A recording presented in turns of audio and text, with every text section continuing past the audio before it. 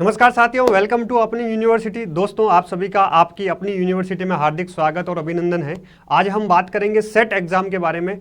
MP set exam के बारे में बात करने वाले हैं। परफेक्ट स्ट्रेटजी के बारे में बात करेंगे और आपको क्या पढ़ना चाहिए, कौन सी बुक्स पढ़नी चाहिए, कितने का आपका टारगेट होना चाहिए, ताकि ये जो क्वालिफाइंग पेपर है जिसको हमने हमारे ऊपर बहुत बड़ा एक बोझ बना हुआ है, इसको हम बहुत इजी करके आसानी से हम इसको क्वालिफाई करके जो हमारा 2023 का संकल्प है असिस्टेंट प्रोफेसर बनने का, जो एमपी में हमारी एमपी में जो ऐतिहासिक वैकेंसी आई हुई है उसको हम क्लियर करने का एक सपना देख रहे हैं। उस सपने को हम पूरा कर पाएँ, उस संकल्प को पूरा कर पाएँ। और एमपी के साथ साथ में राजस्थान में भी असिस्टेंट प्रोफेसर की बड़ी वैकेंसी आने वाली है, वहाँ पर भी हमें भाग्य आजमाना है। इसके अलावा जो उत्तराखंड, हरियाणा और काफ़ी सारे राज्यों में ये असिस्टेंट प्रोफेसर की वैकेंसी निकलती रहती है।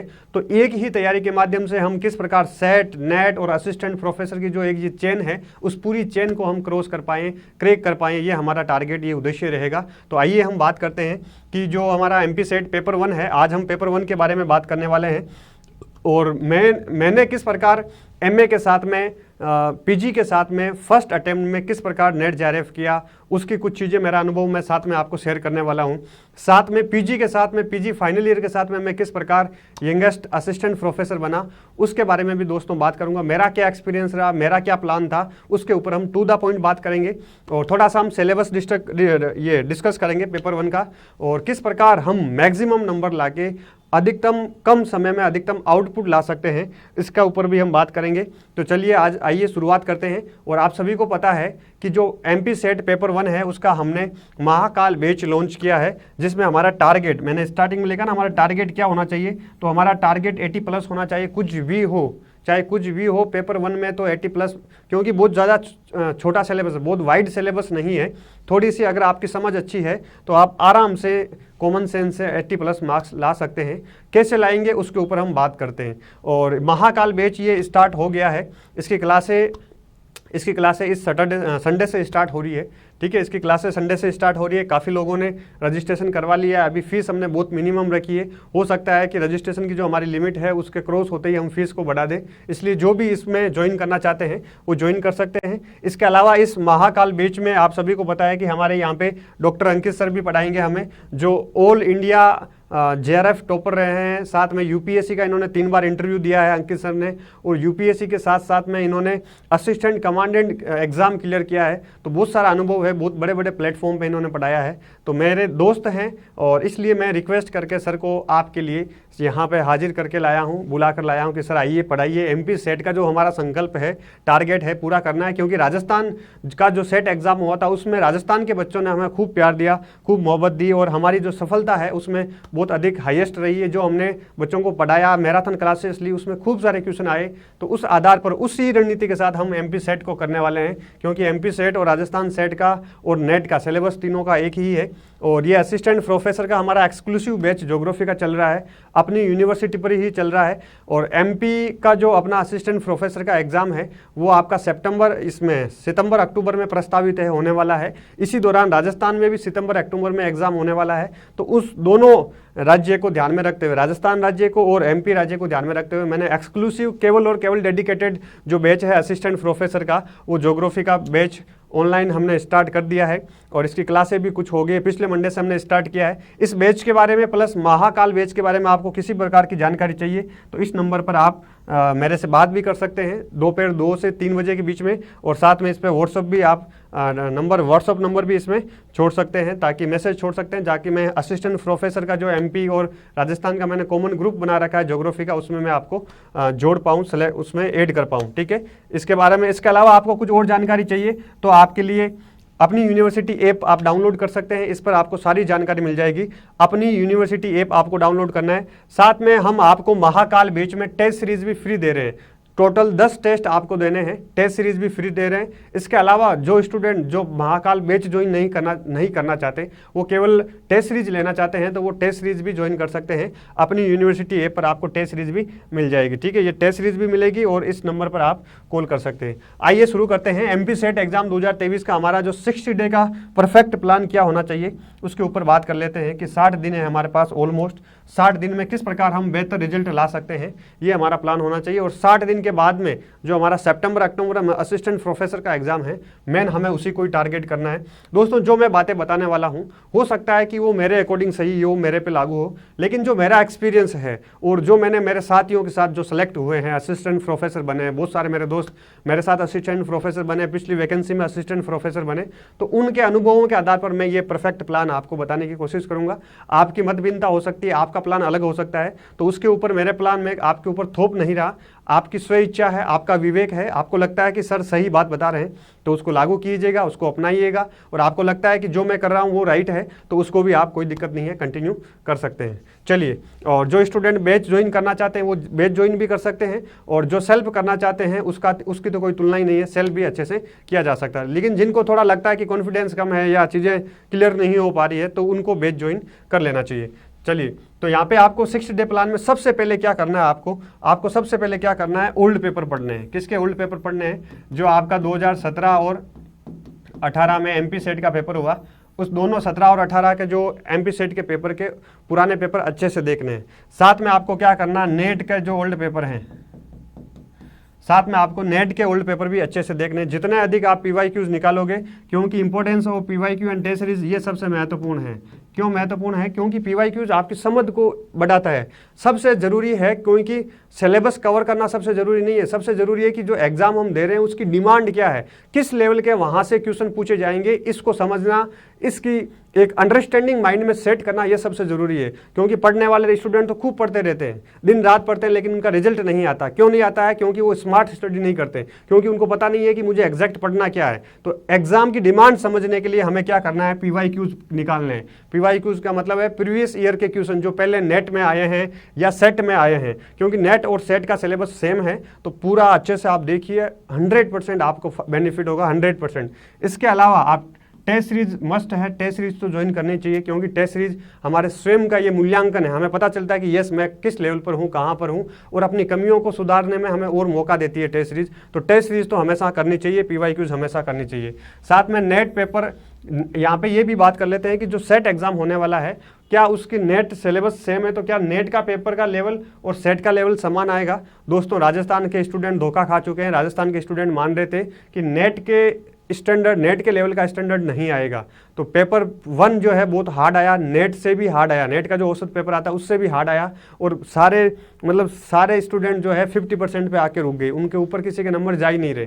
तो आपको ये गलती नहीं करनी है कि सेट एग्जाम है तो ईजी है, नेट से ईजी आएगा, ये गलती मत करिएगा। हो सकता है ईजी आए, लेकिन हमें जो है नेट के लेवल की ही तैयारी करनी है, नेट के लेवल को ही मान के चलना है।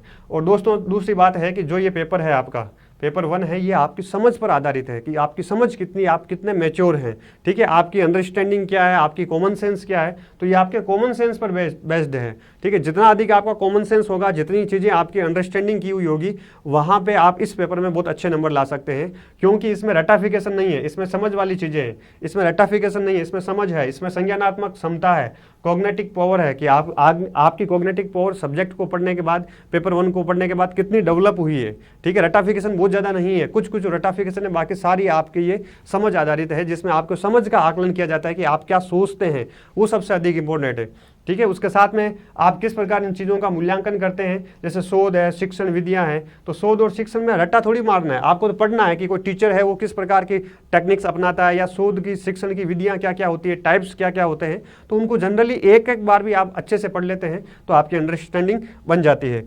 तो ये सिस्टम इसमें रहता है। उसके बाद में उच्च शिक्षा में नवाचार, बहुत सारे इससे क्वेश्चन आते हैं नेट में कि उच्च शिक्षा में नवाचार क्या क्या हुआ है, तो इसकी जो पहले हैं, जो हमारी एचआरडी मिनिस्ट्री है, ठीक है, वो उच्च शिक्षा में नवाचार करती है, तो उसकी साइट पे जाके और करंट की कुछ चीज़ें आपको देखनी चाहिए। कुछ क्वेश्चन इसमें करंट बेस्ड क्वेश्चन आते हैं, उनको भी क्लियर करना है कि जो एमपी सरकार ने है, जो हमारी एमपी सरकार है, उसने क्या किया है करंट बेस्ड, मतलब उसने कुछ शिक्षा में नवाचार किया है, कुछ नई योजनाएं निकाली है, तो उससे भी पूछा जा सकता है, ठीक है, उससे भी क्वेश्चन बन सकता है। अब बड़ी बात बचती है कि आपको बुक्स कौन सी पढ़नी चाहिए। तो मुझे यहाँ तक लगता है कि इसमें बुक्स पढ़ने से अलावा, बुक्स पढ़ने से पहले आपको क्या करना है, आपको हमेशा ध्यान रखिए, कोई भी एग्जाम हो चाहे, उसको पढ़ने से पहले आपको केवल और केवल क्या करना चाहिए, पीवाईक्यूज निकालने चाहिए, ठीक है। उसके बाद में बुक्स पे आइए। तो बुक्स यहाँ पे देखो, परफेक्ट बुक मार्केट में इसकी कोई नहीं है। अगर आपके पास कोई नोट्स हैं तो वो नोट्स आप पढ़ लीजिए। अभी अभी महीने भर के अंदर अंदर हम इसके नोट्स भी निकाल देंगे, हमारे काम चल रहा है, हम भी इसके नोट्स निकाल रहे हैं, आपको ज़रूर अपनी यूनिवर्सिटी ऐप पर आपको प्रोवाइड करवाएंगे, तो वहाँ पर आपको नोट्स मिल जाएंगे। साथ में अगर बुक फिर भी आप पढ़ना चाहते हैं तो मैं 3 बुक बता रहा हूँ। एक दृष्टि IAS जो संस्थान है उसमें उन्होंने पेपर 1 की किताब निकाली हुई है, वो ठीक है, हालांकि लेंथी बहुत बड़ी है लेकिन आप पढ़ सकते हैं। इसके अलावा KVS मदान की किताब आती है, वो भी काफ़ी बड़ी है, वो भी पढ़ सकते हैं। छोटे रूप में देखें, छोटी किताब के रूप में तो अरिहंत की आती है, वो भी आप पढ़ सकते हैं। ठीक है, तीनों पढ़ सकते हैं, तीनों साथ में लेने की आवश्यकता नहीं है, तीनों में से कोई एक किताब आपको पढ़नी है। ठीक है, कोई भी ले लीजिए, कोई मतलब कुछ भी इसमें ऊपर नीचे नहीं है, तीनों में से कोई भी आप ले सकते हैं। ठीक है, अब बात कर लेते हैं कि जब मैं तैयारी कर रहा था तो मेरा क्या प्लान था, मैंने किस प्रकार तैयारी की और किस प्रकार मैं MA प्रीवियस के साथ, MA फाइनल के साथ, PG के साथ असिस्टेंट प्रोफेसर भी बना और 3 बार फर्स्ट अटेम्प्ट में कंटिन्यूअस JRF निकलती रही। तो यहाँ पे देखो माई प्लान क्या था दोस्तों, मेरा सबसे पहला प्लान यही है कि मैंने क्या किया, मैंने बहुत ज़्यादा किताबें नहीं पढ़ी, मैंने केवल PYQs की बुक्स उठाई जिसमें टोटली PYQs थे, उसको क्या किया, पुराने ओल्ड क्वेश्चन को अलग अलग किया, टॉपिक वाइज किया। ठीक है, मान लो हमारे जो 10 यूनिट है पेपर 1 में, उस 10 यूनिट के जो पुराने क्वेश्चन आए हुए हैं उनको मैंने टॉपिक वाइज छांट लिया कि ये कंप्यूटर ICT वाले हैं, ये PDE के हैं, ये मान लो उस शिक्षा के हैं, ये शोध वाले हैं, ये शिक्षण वाले, इन सबको अलग अलग कर दिया। अब फिर मैंने क्या किया, इनको अलग अलग करके फिर मैंने पढ़ना स्टार्ट किया सिलेबस को। ठीक है, तो मैंने सिलेबस को पढ़ा, फिर यूनिट फर्स्ट पढ़ी और यूनिट फर्स्ट कंप्लीट करते ही मैंने क्या किया, यूनिट फर्स्ट के मैंने PYQs देखे। तो मेरा आकलन मैंने खुद ही कर लिया, मेरा आकलन मैंने खुद किया कि मैंने यूनिट फर्स्ट पढ़ी, उसके बाद में मैंने क्या किए, PYQs किए। तो मुझे पता चल गया कि यूनिट फर्स्ट से मेरे कितने PYQs पुराने जो ओल्ड क्वेश्चन आए हुए हैं वो सही हो रहे हैं या नहीं हो रहे हैं। तो इससे मुझे मेरा आकलन हो गया। उसके आधार पर सेम मैंने 10 यूनिट में, सारी 10 यूनिट में ऐसा ही किया, सब यूनिट में ऐसा ही किया।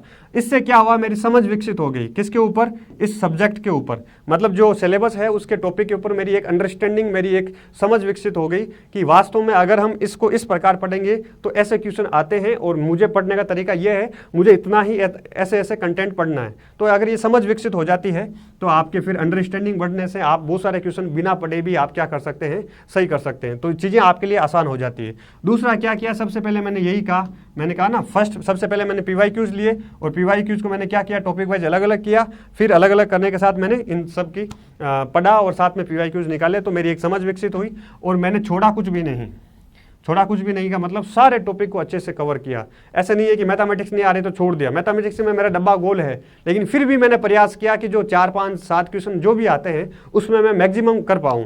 ठीक है, थोड़ा बहुत पढ़ेंगे तो मान लो 5, 7 क्वेश्चन आते हैं तो कम से कम आधे तो करेंगे, 3 तो करेंगे, 4 तो करेंगे। तो छोड़ना कुछ नहीं है, कंप्लीट सिलेबस आपको क्या करना है, कवर करना है। दोस्तों इन सभी रणनीति के साथ साथ आपको क्या करना है, यहाँ पे हार्डवर्क करना है। ठीक है, इसका कोई विकल्प नहीं है, इसका कोई आपके सामने विकल्प नहीं है। ठीक है, हार्ड वर्क तो आपको करना ही पड़ेगा, पसीना तो बहाना ही पड़ेगा, तपना तो पड़ेगा, आहुति तो आपको देनी ही पड़ेगी, इसके अलावा आपके पास कोई विकल्प नहीं है। अगर असिस्टेंट प्रोफेसर जो दुनिया की सबसे बेस्ट जॉब मानी जाती है, अगर उसका आप सपना देख रहे हैं तो आपको तपना पड़ेगा दोस्तों, और तपने के लिए आपको हार्ड वर्क करना पड़ेगा। ठीक है, तो हार्ड वर्क कीजिए। अगर हार्ड वर्क करेंगे तो उसका आउटपुट हो सकता है समय लगे, उसका आपको आउटपुट, उसका रिजल्ट आपको 100% मिलेगा। उसके बाद में आपको वर्क प्लान करना। वर्क प्लान का मतलब है कि जो आप पढ़ना चाह रहे हैं उसका प्लानिंग करके आपको पढ़ना है कि मुझे इतने दिनों में ये कवर करना है, इतने दिनों में ये करना है, PYQs देखने हैं, यूनिट फर्स्ट यहाँ से पढ़नी है, उसके PYQs निकालनी है, या जो हम टेस्ट सीरीज प्रोवाइड करवा रहे हैं या आप सेल्फ स्तर पर कोई टेस्ट सीरीज दे रहे हैं, तो वो सारा प्लानिंग के साथ आपको काम करना है। सबसे जरूरी है राइट कंटेंट आपके पास अच्छा होना चाहिए, राइट कंटेंट होना चाहिए। बहुत ज़्यादा मतलब कबाड़ा इकट्ठा करके नहीं रखना है कि इतने सारे चारों तरफ जो है किताबों का अंबार लगा लिया, पता चले रात को बड़ी बड़ी किताबें ऊपर अलमीरा में रखी हुई थी, नीचे सो रहे थे, सारी किताबें ऊपर गिरी और पता चला हादसा हो गया। कल अखबार में आया कि बच्चे की तैयारी करते हुए, सेट एग्जाम की तैयारी करते हुए किताबें गिरने से हुई मौत, सदमे में बच्चा, या डिप्रेशन में था, ऐसे कुछ खबर छपे। इसलिए आपको राइट कंटेंट ही पढ़ना है, जो केवल आपके लिए शॉर्ट में पढ़ना है, शॉर्ट एंड स्वीट में पढ़ना है। इसकी कोशिश भी कर रहे हैं हम, शॉर्ट नोट्स भी लेके आ रहे हैं। अब क्या करना है आपको, पेपर 1 और पेपर 2। ठीक है, पेपर 1 में आपके 50 क्वेश्चन है, पेपर 2 में आपके 100 क्वेश्चन है, राइट। तो अब आपको क्या करना है, लगभग जो पेपर 1 है इसको आपको समय देना है 25%। ठीक है, 25% का मतलब अगर मान लो 10 घंटे पढ़ रहे हो तो 2 घंटे इसको देना है, 8 घंटे आप इसको दे सकते हैं। ठीक है, 80% या मान लो 70 to 80%। ठीक है, 70 to 80% आपको इस पेपर को देना है। ठीक है, इस प्रकार का रेशियो के साथ आपको तैयारी करनी है, क्योंकि पेपर सेकंड को भी उसी जोश के साथ, उसी एनर्जी के साथ करना है। हालांकि पेपर सेकंड फिर भी लोगों के सही होता है काफ़ी। तो ये हमारा प्लान था, ये हमारी रणनीति थी। अब थोड़ा सा हम टीचिंग एप्टीट्यूड और इसके ऊपर बात कर लेते हैं। थोड़ी थोड़ी बात करूँगा, ज़्यादा मैं नहीं बताऊँगा आपको। ज़्यादा हमारी जो क्लास होगी उसमें हम बात करेंगे, तो क्योंकि वहाँ पे लंबे वीडियो बनते हैं, वहाँ आराम से हम बात करेंगे। Unit first and unit second teaching aptitude में देखो शिक्षण का स्तर, खूब क्वेश्चन पूछे जाते हैं। लेवल ऑफ टीचिंग क्या है, और लेवल ऑफ टीचिंग में जो सहायक शिक्षण सामग्री होती है, ठीक है, टीचिंग के मतलब सपोर्ट के रूप में वो क्या क्या होती है। ऑनलाइन प्लेटफॉर्म सबसे महत्वपूर्ण है, 100% लिख लीजिए, इससे क्वेश्चन आएगा ही आएगा। जो ऑनलाइन प्लेटफॉर्म है या ऑफलाइन पद्धतियाँ होती है, मूक्स क्या है, स्वयं प्रभा क्या है, स्वयं क्या है, विद्या 2.0 क्या है, इस टाइप के खूब सारे जो प्लेटफॉर्म बने हैं कोरोना काल में, उससे आपसे इससे रिलेटेड क्वेश्चन आएगा। मूल्यांकन प्रणाली क्या है वर्तमान में, CBCS जो न्यू एजुकेशन पॉलिसी 2020 में आई है, ठीक है, इससे भी क्वेश्चन आएगा। CBCS choice based credit system 100% question आएगा, ध्यान रखिएगा। इसके अलावा जो है इस प्रकार इसमें कुछ ये इंपॉर्टेंट टॉपिक है, इससे 100% क्वेश्चन बनने की संभावना है। इसके अलावा पूरी यूनिट ही आपको अंडरस्टैंडिंग से अच्छे से तैयार करनी है। साथ में क्या करना है, आपको प्रकार देखने हैं, ठीक है, ICT जो रिसर्च एप्टीट्यूड के प्रकार है, टाइप है, वो आपको तैयार करना है, अच्छे से करने हैं। और ICT जो है रिसर्च एप्टीट्यूड में ICT का क्या प्रयोग है कि आप रिसर्च कर रहे हैं, PhD कर रहे हैं, तो इन्फॉर्मेशन एंड कम्युनिकेशन टेक्नोलॉजी का उसका प्रयोग किस प्रकार कर रहे हैं, वो भी अच्छे से आपको देखना है। रिसर्च एथिक्स ये अभी नया उभरता हुआ टॉपिक है, ठीक है। शोध नैतिकता की, शोध करते वक्त आपको किस प्रकार एक नैतिकता अंदर होनी चाहिए, वो क्या होती है, उसके बारे में आएगा। स्टेप ऑफ रिसर्च, प्रत्यक्षवाद और पोस्ट पॉजिटिविज्म, ठीक है, उत्तर प्रत्यक्षवाद के उपागम क्या क्या है, इनमें क्या इंटर रिलेशन है, इनमें कौन कौन ने किस ने जो है ये दिया है। तो अभी जैसे राजस्थान के सेट एग्जाम में मैंने पढ़ाया था, क्यूब क्वेश्चन जो मैंने पढ़ाया था, डायरेक्ट टू द पॉइंट जो मैंने पढ़ाया वो PPT से क्वेश्चन बने हैं। उसके बाद में देखिए कॉम्प्रीहेंशन, तो इसमें क्या है, आपको केवल क्या करना है, प्रैक्टिस करनी है, ठीक है। इसमें आपको क्या करनी, केवल प्रैक्टिस करनी है। 5, 7, 10 जो ओल्ड PYQs में जो पैराग्राफ आ रखे हैं वो प्रैक्टिस कर लो, बस कुछ नहीं करना है। इसके अलावा कम्युनिकेशन, तो कम्युनिकेशन भी बहुत छोटा ही टॉपिक है, बहुत बड़ा नहीं है। टाइप ऑफ कम्युनिकेशन क्या है, इफेक्टिव कम्युनिकेशन क्या होता है, और इफेक्टिव कम्युनिकेशन में क्या बैरियर्स हैं, क्या बाधाएं हैं, कौन कौन से बैरियर्स हैं, कौन कौन सी बाधाएं हैं, ये अच्छे से आपको तैयार करना है। और कुछ इसमें सम इंपॉर्टेंट कुछ फैक्ट बनते हैं, वो फैक्ट भी आपको अच्छे से तैयार करना है, तो ये कम्युनिकेशन आपका अच्छे से तैयार हो जाएगा, ठीक है। बहुत सुंदर अच्छा टॉपिक है और मैं करवाऊंगा इसको अच्छे से और तैयार हो जाएगा ये। फिर है मैथमेटिक्स, रीजनिंग एंड एप्टीट्यूड, तो मैथमेटिक्स में डब्बा गोल है, तो मैं इसमें कुछ बताने लायक हूँ नहीं, लेकिन आपको क्या करना है, कुछ बेसिक रूल और आपको कुछ सूत्र तैयार करने हैं। मतलब जो बेस होता है ना, कि मान लो इजी क्वेश्चन आ गया तो कम से कम उसको तो आप अटेंड कर पाए, इस कंडीशन, इस लेवल का आपको इसको तैयार कर लेना है साथ में, ठीक है। उसके बाद में है लॉजिकल रीजनिंग। लॉजिकल रीजनिंग देखो अच्छा टॉपिक है, थोड़ा सा इसमें आपको क्या है, रटना कुछ नहीं है, अंडरस्टैंडिंग के साथ, ठीक है, थोड़ी थोड़ी अंडरस्टैंडिंग के साथ प्रैक्टिस करनी है कि दोष क्या होता है, दोष कितने प्रकार के होते हैं, प्रमाण क्या है, अनुमान क्या है, तर्क कितने प्रकार के होते हैं, तर्क का ढांचा क्या होता है, अवस्था क्या होती है, निगमनात्मक एवं आगमनात्मक जो पद्धतियां हैं वो क्या होती है। 100% इससे क्वेश्चन आएगा, 100% गारंटी के साथ, ठीक है। और घुमा फिरा कर वेन डायग्राम क्या होता है, भारत के दर्शन और प्रणेता कौन है, कौन कौन से दर्शन किस किस ने दिए, इससे रिलेटेड क्वेश्चन आपके बन सकते हैं। तो ये भी एक अच्छी यूनिट है, हालांकि इसको लोग क्या है, इसको थोड़ा बोरिंग मानते हैं, लेकिन जबकि ये है बहुत इंटरेस्टिंग, हम थोड़ा डीप में जाके इसकी तैयारी या पढ़ाई करते नहीं हैं। उसके बाद में DI, तो DI में भी आपके अगर बेसिक मैथमेटिक्स, ठीक है, गुणा जोड़ बाकी ये भाग आपको आता है, तो इसको आप DI बेस्ड जो है, DI बेस्ड जो क्वेश्चन आते हैं, एक सारणी उसके 4-5 क्वेश्चन आते हैं, आसानी से आप उसको अटेंड कर सकते हैं। अगला information and communication technology, ICT, इसमें गवर्नमेंट की स्कीम्स क्या है, ICT में गवर्नमेंट का क्या योगदान है, साथ में इसमें क्या है, कुछ शब्दावलियाँ आती है, जैसे कुछ नई नई टेक्नोलॉजी होती है, कंप्यूटर बेस्ड टेक्नोलॉजी होती है, उनकी फुल फॉर्म्स पूछी जाती है।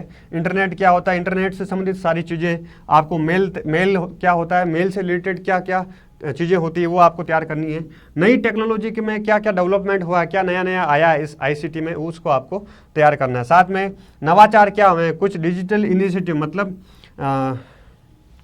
डिजिटल एजुकेशन में या कुछ डिजिटल इनिशिएटिव योजनाएं सरकार ने चलाई है, या क्या क्या नवाचार डिजिटल एरिया में हुआ है, वो आपको यहाँ पे अच्छे से तैयार करना है। ये भी हो जाएगा, बहुत इंटरेस्टिंग टॉपिक है। और सबसे इंटरेस्टिंग टॉपिक, सबसे मेरा फेवरेट टॉपिक, और चूँकि मेरा ज्योग्राफी है तो एनवायरनमेंट तो मेरा शानदार होता ही है, मुझे पढ़ाने में भी मज़ा आता है, तो इसमें छोड़ना कुछ नहीं, इसमें सारे टॉपिक इंपॉर्टेंट है, ठीक है। मैं करवाऊंगा उससे 100% गारंटी के साथ कहता हूँ, इन्वायरमेंट का एक भी क्वेश्चन उससे बाहर नहीं जाएगा, बहुत शानदार इसको मैं आपको करवाने वाला हूँ।